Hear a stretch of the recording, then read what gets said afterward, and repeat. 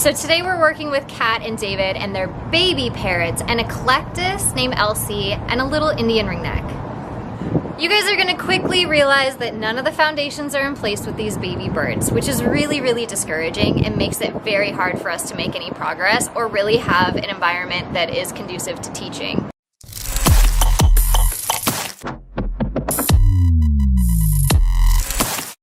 Here's the thing with baby birds, guys. They're cute, they're cuddly, they're tolerant, until they're not.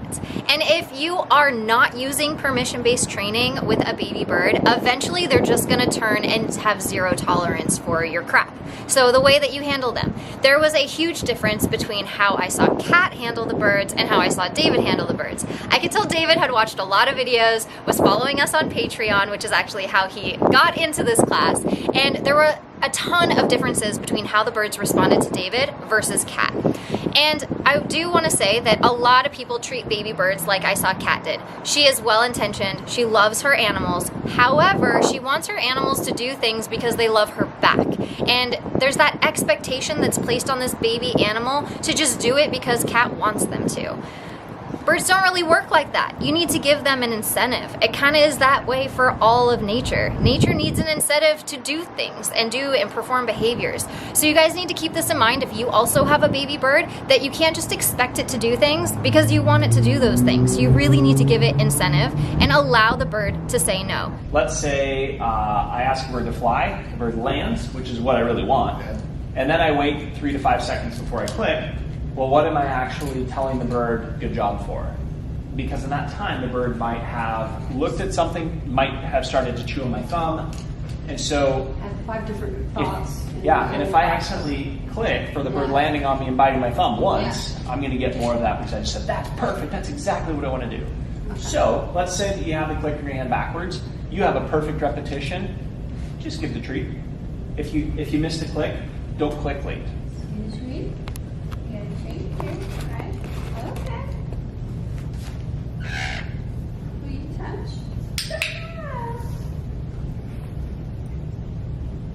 She's trying to touch the stick again. All right, I'm gonna have Capri give it a shot here. Not just the stick there, yeah. Cool. So just see how Capri made her reach a little bit further. See? See it? Touch? Touch? If you want to. Touch. Good girl. Well, that was more like a bite. Great.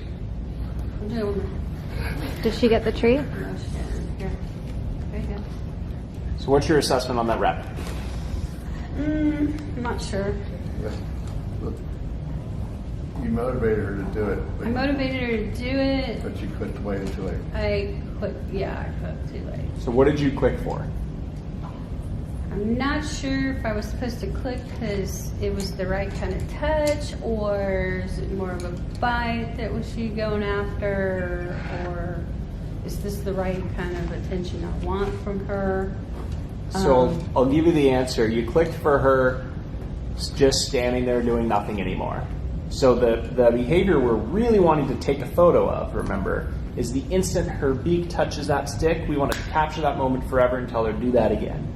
But by clicking really late, you're taking a picture of her doing nothing. Okay. Does that make sense? Yeah. Our relationship with birds are really based on respect, of saying, do you want to? And if not, why not? What can I change to make it so that you do want to participate with me? And really making sure that you're troubleshooting through that stuff in a kind, respectful way to the animal so that it's most likely to want to hang out with you. Touch. Touch. Good girl. That was awesome. Yeah. Okay, so go and have a seat for a sec. We're just gonna have her stay there. So this is a really important, quick little lesson there. Your timing was better, right? You got her to move a little bit. How'd you feel on that one? Better? Yeah, good. So I would agree, that one looks better. We're getting you in the right direction.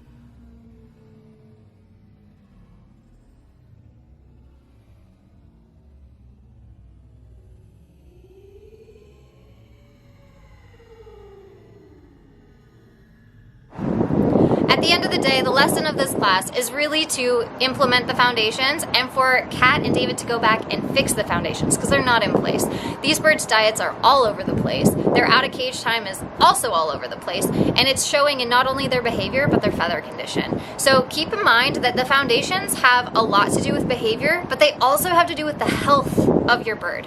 A healthy bird is a happy bird, and that's what we want to see. If I could have people just change one thing about avian care, it would be implementing the right diet. So please, you guys, feed your birds right. I promise you, it's not more expensive, it's not more time consuming, it's not less convenient than anything else.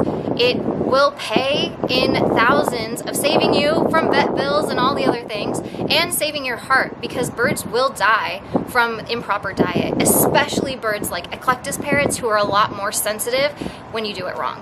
One of the things I'm really grateful for with master classes is the fact that people get to attend with other people and see kind of that difference in how it goes. So Kat and David were actually sharing this class with Kathy and Alex with their sun conure, and it was amazing to see the difference between somebody who had implemented the proper foundations and somebody who hadn't even started yet. So take that contrast and really look at that, because this was a great example of the two. If you missed the sun conure video on Kira, the sun conure with the proper foundations from Kathy and Alex, go check it out.